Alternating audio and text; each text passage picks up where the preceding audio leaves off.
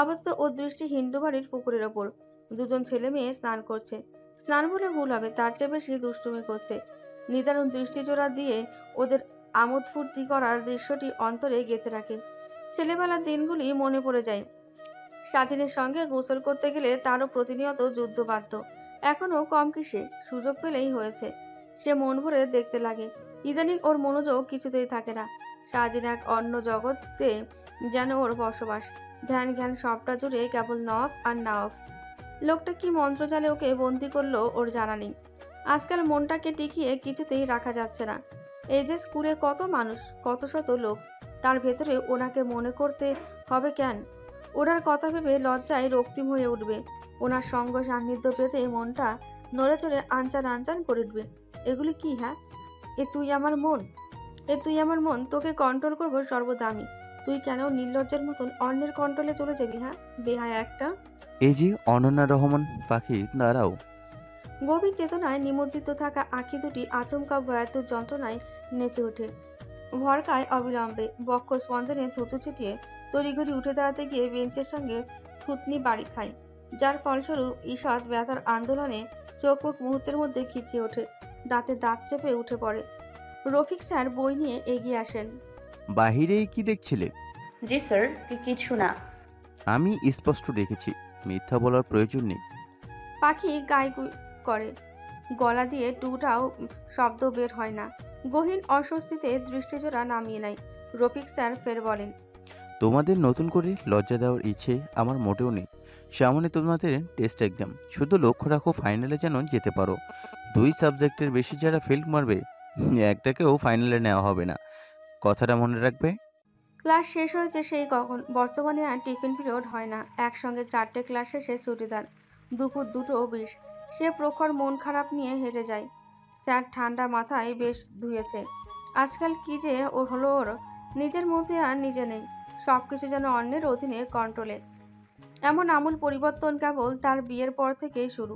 বিষয়টি গুরুতর ঠিকই, তবে অপ্রকাশিতব্য, অপ্রাকৃত নহে।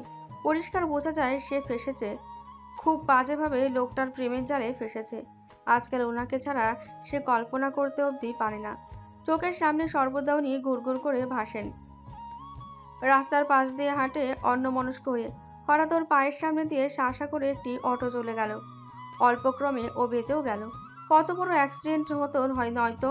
ক্লাবের সামনে আসতেই অকস্মাৎ চরণদ্বয় দুটি থেমে পড়ে। ক্লাব অতিক্রম করে যাওয়ার সময় লম্বাটে পুরুষের প্রতিচ্ছবি পেছনে ফুটে ওঠে। মস্ত বড় পিরালের সঙ্গে দীর্ঘপেশী দেহটা হেলিয়ে নিদারুণ চমৎকৃত মুখে শুধালেন, আমাকে দেখেও না দেখার ভান করে উপেক্ষা করে চলে যাচ্ছিস? এটা কেমন মানবতা?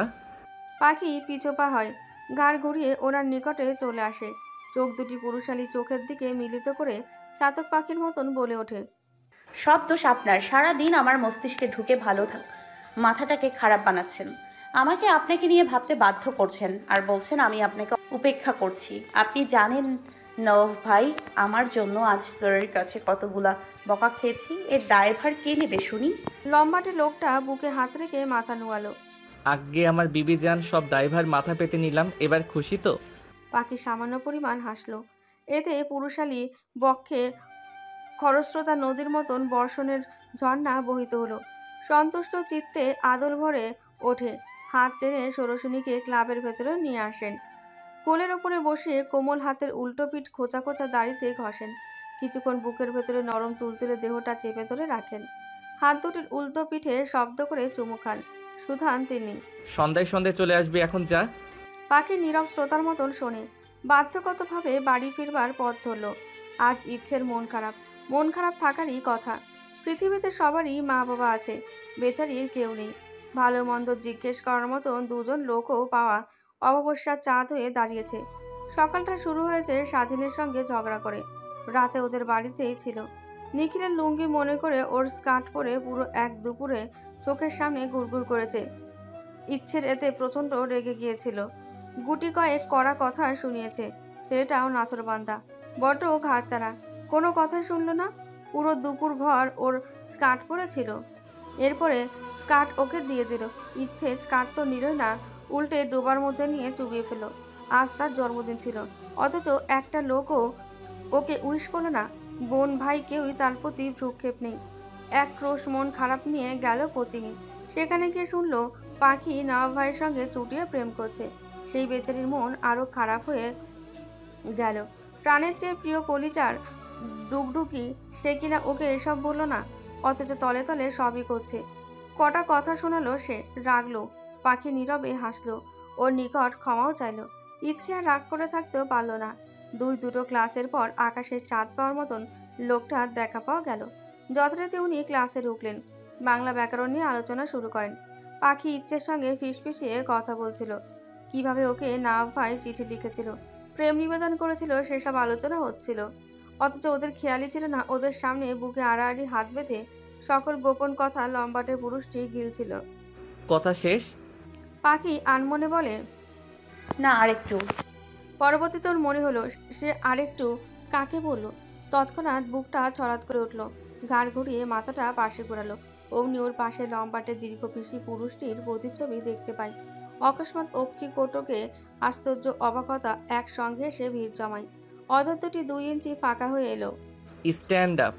দুরু দুরু বুক ধরে ও উঠে দাঁড়ালো। নতমুখীতে হাত কচলায়, আর চোখে একবার চোরা চাহনিতে লোকটাকে পর্যবেক্ষণ করে নেয়। লোকটাও চারপাশে ঘুরঘুর করে শুধুই। মিস অনন্যা রহমান পাখি, বলুন তো আমি কোন বিষয় নিয়ে আলোচনা করছিলাম? বেশি না, 2 লাইন বলেন তাতেই হবে। পাখি হাঁসফাঁস করে, মিছিমিছি অধর ছড়িয়ে বোকা বোকা মুখখানা নিয়ে বৃথা হাসতে চেষ্টা করে। মুখটা কিঞ্চিত করে নাড়ায়, তবে শব্দ বের হয় না। হবেই বা কি করে? ওর জানা নেই কোন চ্যাপ্টার নিয়ে আলোচনা করা হয়েছিল। ক্লাসে আসার পর থেকে সে যে প্রেমালাপে মজেছিল তো মজেই ছিল, চারপাশে তো খেয়ালই ছিল না। এখন সে কি করে জানবে কোন বিষয় নিয়ে উনি আলোচনা করেছিল? ভারী আশ্চর্য লোক তো। আপনি কি বধির?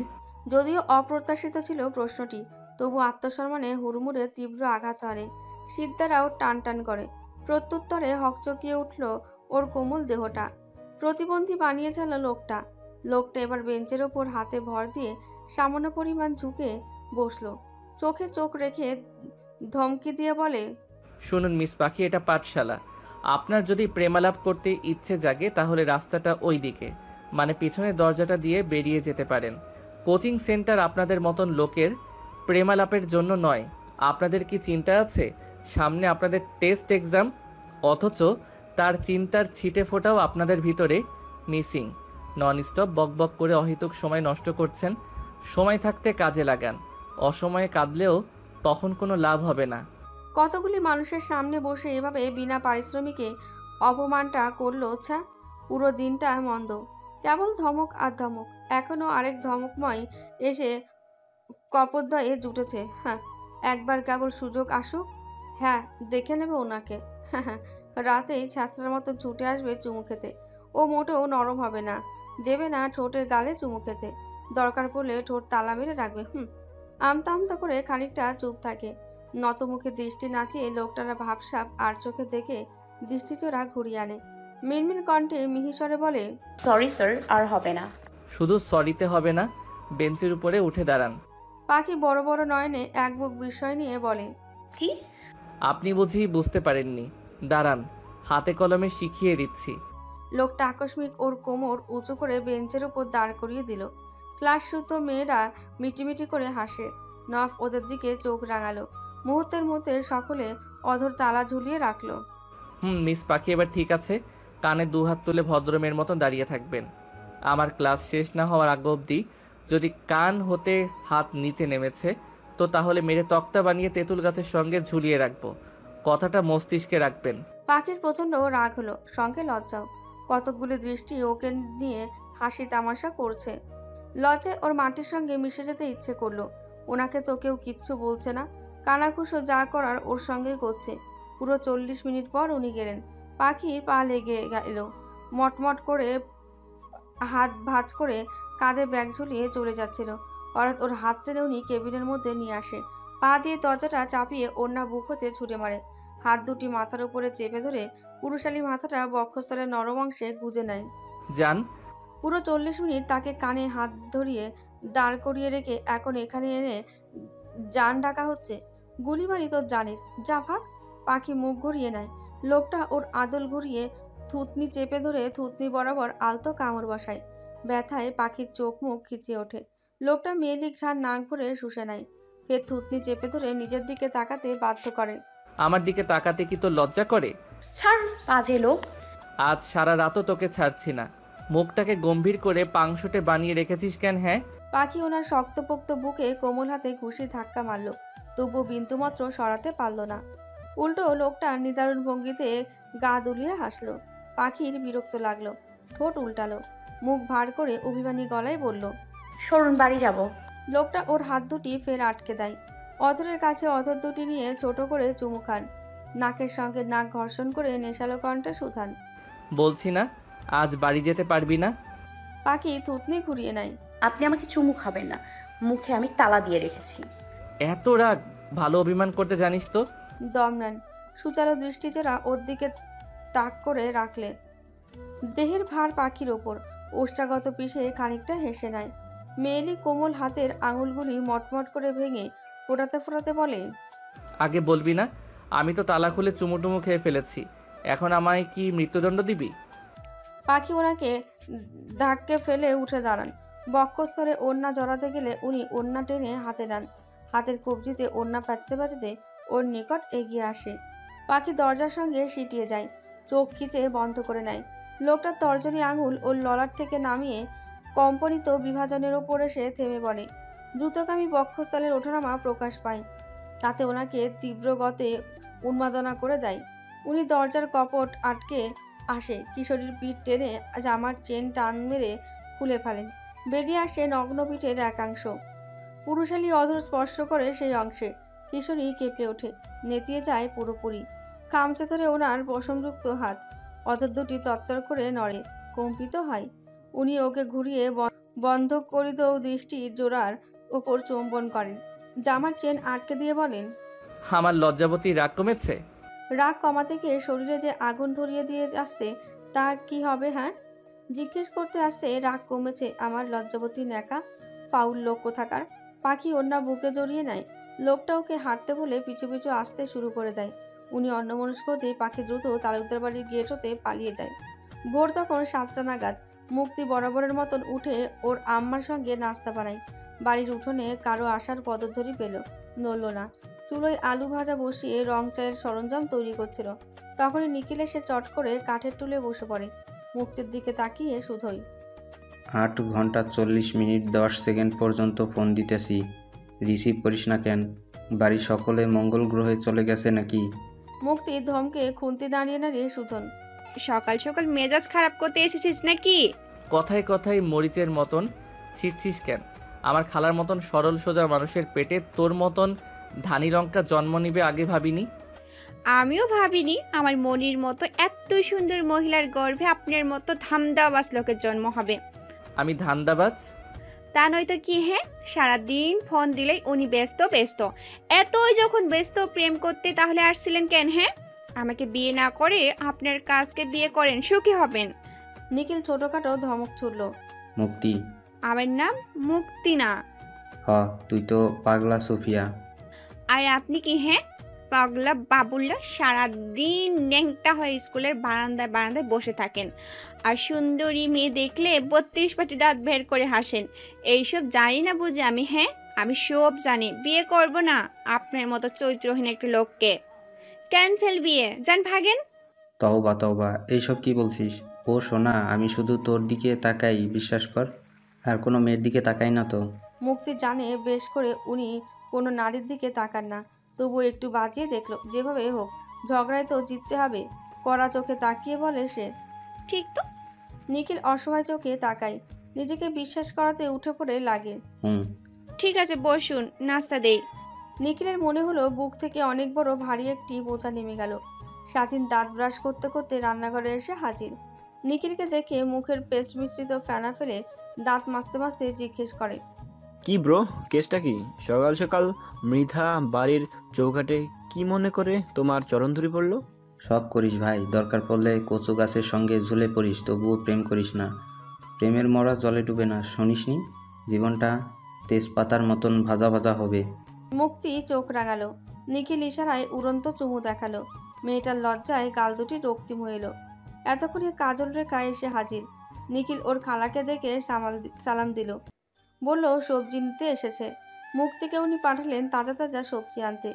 নিখিলকে চায়ের সঙ্গে মুড়ি দিলেন। পাখি ততক্ষণে চোখ ভাঙা ঘুম নিয়ে উঠে এলো। নিখিলকে সকাল সকাল মৃধা বাড়ির পাকঘরে দেখে কিঞ্চিত অবাক হয়। হামি দিতে দিতে জলচৌকির ওপর আলুথালু মুখ নিয়ে বসে পড়ে। কাজল রেখা ছোট মেয়েটির দিকে একটু ভালো করে দৃষ্টিপাত করেন। গত কয়েকদিন যাবৎ মেয়েটার ভেতরে এক আমূল পরিবর্তন এসেছে, যা তার দৃষ্টিজোড়ায় অতি নিখুঁততার সঙ্গে ধরা পড়ে। আগে সাজগোজ করতো না, ভালো কাপড়ও পরিধান করতে দেখতো না। স্কুলে যাওয়ার সময় ওনাকে সব তৈরি করে দিতে হতো। ইদানিং মেয়েটা সব কাজ সাজিয়ে গুছিয়ে নিজেরটা নিজেই করছে। আবার গালে ছনু পাউডার লাগাতে দেখে চুল সবসময় পরিপাটি রাখে। ঘ্রাণওয়ালা শ্যাম্পু চুলে ব্যবহার করে, সঙ্গে কন্ডিশনারও। আর একটা বিষয় লক্ষ্য করলেন, শারীরিকভাবে মেয়েটার দেহে অনেক পরিবর্তন এসেছে। চোখে মুখে বিবাহিত বিবাহিত একটা ভাব, রূপ লাবণ্যতা ফিরছে। তেমন যেন গোলমাল লাগলো বিষয়টি ওনার। যদিও উপযুক্ত শক্ত প্রমাণ নেই হাতে, তবুও হেলায় উড়িয়ে দেওয়ার মতন নয়। হয়তো উনি একটু বেশি দুশ্চিন্তা করছে, তবুও মেয়ে মানুষ, বয়স কম, আবেগ বেশি। আবেগের বশে না জানি কোনো ভুলভাল কাজে জড়িয়ে পড়ে। মায়ের মন তো একটু চিন্তা বেশি হয়। আপাতত এসব দুশ্চিন্তা মস্তিষ্ক থেকে ঝাড়েন। নিখিলকে আলু ভাজা আর রুটি দেন। পাখি ততক্ষণে হাত মুখ ধুয়ে নাস্তা খেতে বসলো। সন্ধ্যায় কোচিংয়ে গেল। লোকটা তালুকদার বাড়ি গেটের সামনেই ছিল। পথ আটকে ধরল। আদেশ করলেন হাস্যবান অদরখানি হতে। বাইকে উঠে বস। ভ্রু ভাঁজ করে সরু চোখে ওনার পানে একবার দৃষ্টিপাত করেও আলগোছে মনোদিদা নিয়ে ঘোর দ্বিরুক্তিতে পড়ে। লোকটা তাতে সীমিত হারে বিরক্ত হলো। হাত টেনে ওনার সামনে বসিয়ে দেন। কোমরটা টেনে শরীরের সঙ্গে মিশিয়ে নেন। এত কথা বলা লাগে কেন? তোকে অল্পতে বুঝিস না? ছাড়ুন, ধরবেন না। আমি ধরবো না তাহলে কে ধরবে শুনি? তোর দেহের প্রতিটি অঙ্গ প্রত্যঙ্গ আমার, ওদের ধরার অধিকারও কেবলমাত্র আমার।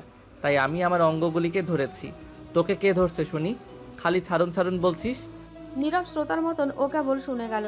ইনিয়ে বিনিয়ে কিছুই বলল না। নীরবে চোখ দুটি উঠিয়ে সীমিত সময়ের জন্য ওনার চোখের দিকে চাই। ফের নামিয়ে নেয়। উনি বাইক স্টার্ট দেন।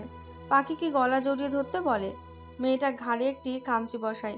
টি শার্ট উঠিয়ে বুকের মধ্যে কামড় বসালো। লোকটা বাইক চলন্ত অবস্থায় কিঞ্চিত অবাক হলো।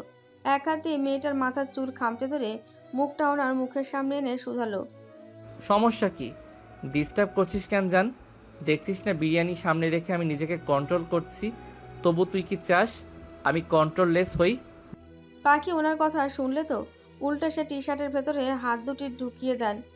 পুরুষালী ইজ্জতের ওপর হামলে পড়ে। দু প্রান্তে থাকা পাহাড় পর্বতের ন্যায় মাংসপিণ্ড আচমকা চেপে ধরে। মনে মনে খিলখিল করে হাসে। লোকটাকে জ্বালাতে ওর ভীষণ ভালো লাগে। এই যে উনি এখন রাগ করবে সেটাও ভালো লাগে। লোকে এমনিতেই বলে না সে আসলে দুষ্টু। পাখিদের মতন চঞ্চল। নব বাইকের গতি ততক্ষণে থামিয়ে আচমকা ব্রেক কষে। পাখির দিকে সুচালো দৃষ্টিজোড়া দিয়ে যেন ভস্ম করে দেয়। ততক্ষণে পাখি চোখ মুখ খিচে বন্ধ করে ওনার বুকের সঙ্গে বিড়াল ছানার মতন লেপটে বসলো। মুখ লুকালো উন্মুক্ত বুকের লোমকৃত যুক্ত বক্ষের অভ্যন্তরে, যেন ও কিছুই করেনি। বাজা মাছটা উল্টেও খেতে পারে না। মিনমিন করে বলল, কি হলো, থামালেন কেন? জ্বালাচ্ছিস কেন কলিজা? আমি জ্বালালে তার ডোজ তুই সামলাতে পারবি না। তুই কি চাচ্ছিস মাঝ রাস্তায় বাইক থামিয়ে তোর সঙ্গে আমি রোম্যান্স করি? আমার কোনো আপত্তি নেই, সব জায়গায় আই অ্যাম ফিট রেডি। কিন্তু তার ডোজ তুই কতটুকু সামলাতে পারবি সেটাই দেখার মুখ্য বিষয়। পাখি লাজু কথায় ওনার টি শার্টের ভেতরে মুখ লুকালো। ওর লুকায়িত মুখটা উন্মুক্ত করে উনি চুলের গোছাটা শক্ত করে চেপে ধরে থুতনি উঁচু করে তোলেন। শুকনো অধর দুটি মিনিট দুয়েক শুষে তবেই থামেন। দুজনেই হাঁপিয়াই। ওর ললাটের অবহেলিত বেবি হেয়ারগুলি সরিয়ে শুধান তিনি। আর বিরক্ত করবি না কলিজা, ঠিক আছে? ভদ্র মেয়ে হয়ে থাকবি। এখন সুন্দর করে গলাটা জড়িয়ে ধরে থাক, নড়াচড়া করবি না। বাইক চালাতে ডিস্টার্ব হবে, হেলমেট পরে নে। পাখি হেলমেট পরার আগে টুপ করে ওনার শুকনো অধরে ঝটপট চুমু খেয়ে হেলমেট পরতে নাই। লোকটা নিদারুণ ভঙ্গিমায় গা দুলিয়ে হাসে। মেয়েলি দেহটা প্রশস্ত যুক্ত চওড়া বক্ষস্থলের অভ্যন্তরে ঢুকে দেন। ললাটে গভীরভাবে চুমু খান। ফের বাইকে স্টার্ট দেন। শান্ত নদীর কুল জুড়ে ওদের বিচরণ। নিজের পুরুষালী দেহটা উপরের মেয়েটা। বালু মাটির ওপর শায়িত দুজনে। এ যেন নদীর কূলে এক টুকরো অমৃত সুখ। অদ্ভুত শান্তি, সুখ, সমৃদ্ধি আঙুলের ভাঁজে ভাঁজে পুরুষালী আঙুলগুলি বিচরণ করে যায়। পাখি, হুম। ভালো লাগছে। হুম। আমার ভীষণ পাচ্ছে। কি? রোমান্স। জিভ দিয়ে শুকনো অধর চুবিয়ে ফের বলেন। বউ একটু আদর করি। পাখির কর্ণদয় উষ্ণতায় উত্তপ্ত হয়ে আসে, লজ্জায় হুটোপুটি খায়। কথা বলার ভাষা যেন অধর থেকে ছুটে পালায়। লোকটা ওর উত্তরের আশায় রইল না। অশান্ত শীতল হাত দুটি কোমর স্পর্শ করে। কিশোরী কেঁপে ওঠে, শিরশির অনুভূতি দেহ জুড়ে। উদরস্থানে দুষ্টু প্রজাপতিরা খেলা করে। দেহের পিছাংশে শ্বেত জল গড়িয়ে পড়ল। ঘাড় থেকে চুল সরিয়ে গ্রীবাদেশে অথর ডুবিয়ে দেন। ক্ষণিকের মধ্যেখানে রন্ধে রন্ধে রোমাঞ্চকর অনুভূতির তাণ্ডবলীলা খেলা ওকে মাতাল মাতাল করে তুলল। নির্জন রাতের আকাশে শত শত তারারা মিটিমিটি করে হাসে। বাতাসের গর্জনের সঙ্গে বাড়ে দেহের উন্মাদনার উত্তপ্ততা। এই চাঁদনি রাত্রিতে মধুচন্দ্রিমা উপভোগ করলে মন্দ হতো না। ভরা পূর্ণিমা, চাঁদটি থালার মতো দেখতে। সেই আলোক গায়ে মেখে নব্য দম্পতিরা প্রেম খেলায় মজে। লোকটার চোখে মুখে অধিক উন্মাদনা ঘিরে। কিশোরীকে একান্ত নিজের করে পাওয়ার তৃষ্ণা তাকে আরো মাতাল করে তুলল। মেয়েরই নেশায় সে পুরোপুরি নিমজ্জিত হতে চায়। পরিবেশ পরিস্থিতি অনুকূলে নেই। সীমিত আদরে তার মন ভরছে না, তৃপ্তি পাচ্ছে না। কিশোরীর মাঝে ডুব দিতে ইচ্ছে জাগে। তাকে অতি নিকটে পাওয়ার আকাঙ্ক্ষা তীব্র থেকে তীব্রতর করে জাগিয়ে তোলে। সেই মুহূর্তে একটি ট্রলার এসে পড়ে, ব্যাঘাত ঘটায় ভাবনাচ্যুতে। নদীতে তখন জোয়ার ছিল। স্রোতের পরিমাণ মোটামুটি, কিন্তু স্রোত এসে দুজনকে ভিজিয়ে দিয়ে যায়। দুজনে হুড়মুড়িয়ে উঠে দাঁড়ায়। মনে মনে লোকটাকে কত শত গালি শোনালো। একটি ফুচকার দোকানে ঢোকেন তিনি। তৎক্ষণাৎ জরুরি একটি ফোন কল আসে। পাখিকে ফুচকার প্লেট দিয়ে উনি ফোন রিসিভ করতে একটু বাইরে বের হন। মিনিট চারেক পরে এসে দেখেন পাখির পাশে টেবিলে সাবেক মন্ত্রীর দ্বিতীয় পক্ষের ছোট ছেলে রাজন বসে। পিয়াসের সৎ ভাই। এই ছেলেটা মোটেও ভালো ও সুবিধাজনক নয়, চরিত্রহীন, তার উপর ভারী ডেঞ্জারাস। খুন খারাপিতে একটু পটু বেশি। ওনার ললার জুড়ে চিন্তিত সূক্ষ্ম ভাব স্পষ্ট, মুখয়ব গম্ভীর। রাজও নাফকে দেখে অধর বাঁকিয়ে হাসে। ছ্যাঁচড়ার মতন ওর নিকটে ছুটে আসে, গায়ে পড়া স্বভাব সুলভে বলে, হেই নওয়াব যে, হঠাৎ আমার এলাকায় কি মনে বস? আমি কি দিবাস্বপ্ন দেখছি নাকি? একটু বিরক্ত হলেন তিনি। রাগ কন্ট্রোল করতে হাত মুষ্টিবদ্ধ করে নিজেকে যথাক্রমে নিয়ন্ত্রণ করেন। সঙ্গে পাখি আছে, কোনো প্রকার ঝামেলা করা যাবে না। আপাতত মস্তিষ্ক ঠান্ডা রেখে যা করার করতে হবে। শুকনো অধরে গাম্ভীর্যে ভরা কণ্ঠে বলেন, পথ ছাড়ো। রাজন ঘাড়তারামি করে ক্রুটির হাসে, বলে, যদি না সারি? দেখো, আমি কোনো রকম ঝামেলা করতে চাচ্ছি না। গতবার তুই আমার ভাইয়ের হাত কেটেছিস, আজ তোকে জিন্দা ফিরতে দিব ভেবেছিস? মোটেই না ব্রো। ফুসকাওয়ালার থেকে আচমকা ছুরি টেনে ওনার বুকের ডান পাশে ছুরিঘাত করে বসল। কিছু টের পাওয়ার আগেই ঘটনা অতি দ্রুত ঘটে গেল। পাখি ভয়ে কাচুমাচু করেছিল। তার সর্বশরীর জুড়ে ঘন ঘন অস্থিরতা। নিজের সবচেয়ে কাছের সুদর্শন পুরুষটির ওপর আঘাত করা দেখে মুহূর্তের মধ্যে মুখের রং ছলকে উঠল ওর। তৎক্ষণাৎ হু করে অধর ঢেকে কেঁদে উঠল। নাফ এক পলক ব্যথিত যন্ত্রণার সহিত দৃষ্টিজোড়া প্রিয় নারীর ক্রন্দন মিশ্রিত মুখখানা দেখে বক্ষস্থল তার অকস্মাৎ মুচড়ে ওঠে। পাখি ফুপিয়ে ফুপিয়ে কাঁদে। ছুটতে পারল না নায়িকাদের মতন করে শখের পুরুষটির দিকে এগিয়ে গিয়ে জিজ্ঞেস করতে, আপনার কোথায় ব্যথা হচ্ছে, যন্ত্রণা হচ্ছে? একটু সবুর করুন, সব ঠিক হয়ে যাবে। কেবল ছল ছল নিষ্প্রাণ নয়নে তাকিয়েছিল। ক্রন্দনরত গলা দিয়ে অস্ফুটে বেরিয়ে এলো, নওয়াব ভাই। রাজন নামক ছেলেটা অকস্মাৎ পিছু হটে। কাকড়া চুল ঝাঁকিয়ে পাখির নিকটে এসে পৈশাচিক ভঙ্গিমায় গা দুলিয়ে হাসে। ততক্ষণে শক্তপোক্ত দেহটা খানিকটা দুলে উঠল। আঘাতপ্রাপ্ত জায়গা চেপে ধরে উনি দাঁড়াতে চেষ্টা করেন। যদিও আঘাতটা গভীর নয়, তবুও রক্তক্ষরণ হচ্ছে, যা ষোড়শনীর অন্তরে তীব্র ক্ষতের আন্দোলন তৈরি করে। ওর অন্তরপুরে বড্ড পড়ে কষ্ট হয়, দম বন্ধ করা কষ্ট। পাখির নিকটে এসে রাজন অশ্লীল ভঙ্গিমায় ওর পা থেকে মাথা পর্যন্ত পর্যবেক্ষণ করে। অধরে কোণে ত্রুটির হাসির রেখা ফুটে ওঠে। এই তাহলে আমাদের নওয়াব ব্রোর কচিমাল ভাই, কচি হলে হবে কি? জাস্ট ওয়াও, বেড পারফরম্যান্স ভালোই জানে তাহলে। বড় ভাই নিশ্চয় শিখিয়ে পড়িয়ে নিয়েছে। আমরাও কম জানি না খুকুমণি। মস্ত বড় পুরুষের ভার সামলাতে পারলে আমাদেরটাও পারবে। আমাদেরও সুযোগ দাও, আমরা ভালো খেলোয়াড় আছি, দেখে দেবো, হা হা হা। পাখির সর্বগা ঘিনঘিন করে উঠল। উৎকণ্ঠ ঝাঁঝা করছে। ভীতু মুখটা নিয়ে গুটিসুটি পায়ে জড়সড় হয়ে রইল। কিছু বুঝে ওঠার আগে পেছন থেকে রাজনের মাথা বরাবর ইট দিয়ে আঘাত করে বসলেন লম্বাটে পুরুষটি। রাজন মুহূর্তের মধ্যে বালু মাটিতে মাথা চেপে শুয়ে পড়ে। অপ্রাকৃত যন্ত্রণায় ছটফটিয়ে ওঠে। ওর মুখ বরাবর গুটি কয়েক ঘুষি মারলেন তিনি। হাতে ওনার ছুরির মতন দেখতে একটি অংশ ছিল, উনি ওটা দিয়ে ওর মুখ থেতলে দিলেন। বাস্টার্ড, বেড পারফরমেন্স দেখাতে চেয়েছিলি না? ওয়েট। উনি মিনি সাইজের একটি ছুরি প্যান্টের পকেট থেকে বের করে নেন। এই ছুরিটা সবসময় উনি আত্মরক্ষার ক্ষেত্রে সঙ্গে রাখেন। তার তো শত্রুর অভাব নেই, কখন কোন দিক দিয়ে আঘাত করে বসে তা বলা কওয়া যায় না, তাই অল টাইম সতর্ক থাকেন। পাখিকে বললেন তিনি। কলিজা, চোখটা বন্ধ কর। পাখি বুঝলো না লোকটা আদৌ কি করতে চাইছে। ওদিকে ক্ষতস্থান হতে রক্তকরণ হচ্ছে। ও বাধা দিতে চাইল, লোকটা হাতের ইশারায় থামায়। ওখানেই থাক। পাখি দৃষ্টি ঘুরিয়ে নেয়। এই সুযোগে নাফ রাজনের প্যান্টের চেন খুলে ওর স্পর্শকাতর স্থানে ছুরি বসিয়ে দেয়। মুহূর্তের মধ্যে গগনচুম্বী আত্মনাদে ছেলেটা গোঙানি দিয়ে ওঠে। ওর একটা আত্মনাদ, আত্মচিৎকার লোকটার ভেতর পৈশাচিক আনন্দের ঢেউ এনে দেয়। মৃত্যু সমতুল্য যন্ত্রণায় রাজন ছটফটায়। ততক্ষণে ওনার কাজ শেষ। লোকটা উঠে দাঁড়ালো। টিস্যু দিয়ে নোংরা রক্ত মুছে সুধান। বেশি না, মাত্র 2 ইঞ্চি কেটেছি, বাকিটা আছে। বেড পারফরমেন্স দেখাতে চেয়েছিলি না? এবার পুরোপুরি অক্ষম পুরুষ হয়ে বেঁচে থাক। তোর বউকে গিয়ে ব্যর্থ পুরুষের পারফরমেন্স দেখাস। শালা নটিমাগির পুত, ইঁদুর হয়ে বাঘের সঙ্গে লড়তে এসেছিস, তার দোষ তো সামলাতে হবে। তোকে যদি ফের আমার সামনে পাই, নদীর জলে চুবিয়ে মারবো। রাজনের দেহে একটি লাথি মেরে সরে পড়েন। পাখির নিকটে উনি এগিয়ে আসেন। শস্যব্যস্ত কিশোরীর ক্রন্দনরত মুখে চুমু খান, অতঃপর মাথাটা বুকের সঙ্গে মিশিয়ে রাখেন। কিঞ্চিৎকর সময়ের পর ললাটে চুম্বন করে সুধান। তুই ঠিক আছিস? পাখির সঙ্গে সঙ্গে উত্তর দিতে পারল না। তার দেহজুড় অদ্ভুত কম্পনে কম্পিত, কেমন রোবটের মতো স্ট্যাচু হয়ে রইল। নিষ্প্রাণ চোখের ভাষা।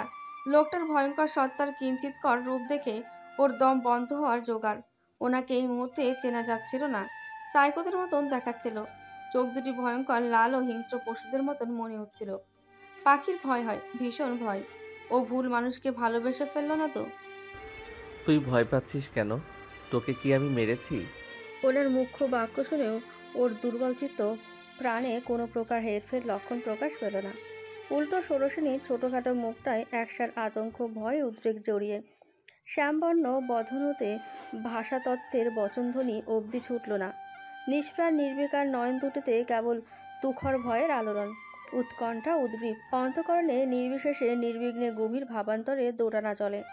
ভয়ে আতঙ্কে চেহারার রং বদলে ঘন ঘন ঢোক গিলল। হৃদয়ে টালমাটাল দ্বিধাদ্বন্দ্বের যুদ্ধ চলিত। বক্ষ স্পন্দনে দ্রিম দ্রিম শব্দ তীব্র থেকেও তীব্রতর হারে বাজে যেন। ভয়াতুর দেহে কুকড়িয়ে ওঠে। উনি বড় বড় পা ফেলে এগিয়ে আসেন। কিশোরীর স্থানবর্তী নিকটে আসতেই ও এলোমেলো চরণে গহীন অরণ্যের বুক চিরে দ্রুত ছুটে চলে। দুরন্ত চরণে দিক বিদিক হারিয়ে ছুটতে তো ছুটছেই। কোথায় ছুটছে ওর নিজেরও জানা নেই। কেবল ঘন ঘন বৃক্ষলতাকে পিছু ফেলে মরুদ বেগে ছুটে চলে। অন্তঃস্থল হতে কেউ যেন বলছে, পালা পালা, যতদূর দৃষ্টি যায় পালাতে হবে, থাক, নয়তো মারা পড়বি। খুব কঠিনভাবে, লাশটাও কেউ খুঁজে পাবে না। বড়ই দুঃখ হলো। পৃথিবীতে এত এত লোক থাকতে এমন ডেঞ্জারাস সাইকো লোককে কেন তার ভাগ্যে এসে যুক্ত হলো? সে কি করে ভালোবাসতে পারলো এমন একজন মস্তিষ্কহীন লোককে, যার কাছে মানুষের জীবন অতি তুচ্ছ। কচু কাটার মতন মানুষকে মারতেও দ্বিধাবোধ নেই। জঙ্গলের রাস্তায় জঙ্গলি কাঁটাদের উৎপাতে আঘাতে আঘাতে ওর পায়ের অবস্থায় ক্ষতবিক্ষত, তবুও থামে না। গহীন অরণ্য পেরিয়ে একসময় দৌড়াতে দৌড়াতে নদীর কূলে চলে আসে। এই নদীটি কোথাকার, নাম কি ওর জানা নেই। কেবল তার কূলে গিয়ে পায়ের ওপর ভর দিয়ে বুক ফুলিয়ে বড় বড় দম নিতে থাকে। মুক্ত নভের নিচে হাঁটু গেড়ে হাঁপায়। হাঁপানোর সঙ্গে সঙ্গে বাড়ে বক্ষস্থলের গতিবেগ। শক্তিহীন দেহটা নিয়ে ওইখানেই হামাগুড়ি দিয়ে বসে পড়ল। বুক ফুলিয়ে কতক্ষণ গরম গরম শ্বাসে তাপমাত্রা ফেলল। শ্বাস নিতে ভেতরে কষ্ট হয়। প্রচণ্ড পানি পিপাসায় গলাটা শুকিয়ে কাট। নদীর কূলে গিয়ে হাতের তালুতে নিয়ে সামান্য পরিমাণ পানি সে গিলে নিল। এখন একটু শান্তি শান্তি লাগছে। তৎক্ষণাৎ পেছন থেকে শক্তপেশী রক্তাক্ত হাতটি ওর কোমর স্পর্শ করে। অকস্মাৎ কেঁপে উঠল সর্বত্র শরীর। বিজলির মতো চাপ প্রয়োগ করলো পুরো মস্তিষ্ক জুড়ে। হস্তখানায় অবশিষ্ট থাকা পানি শেষাংশ নদীর জলে অসচেতনে আলগোছে পড়ে গেল। পুরোটা আর খাওয়া হলো না। অর্ধ তৃষ্ণার্ত রয়ে গেল গলদেশ। ভয়াত দৃষ্টিজোড়া নিয়ে ও তড়িঘড়ি পিছু করে শক্ত বুকটার সঙ্গে তৎক্ষণাৎ নাকে বাড়ি লাগে। ওনাকে দৃষ্টি যুগলের সামনে স্থির হয়ে দাঁড়িয়ে থাকতে দেখে পাখির ফের আতঙ্ক উটকো ভয় বাড়ল।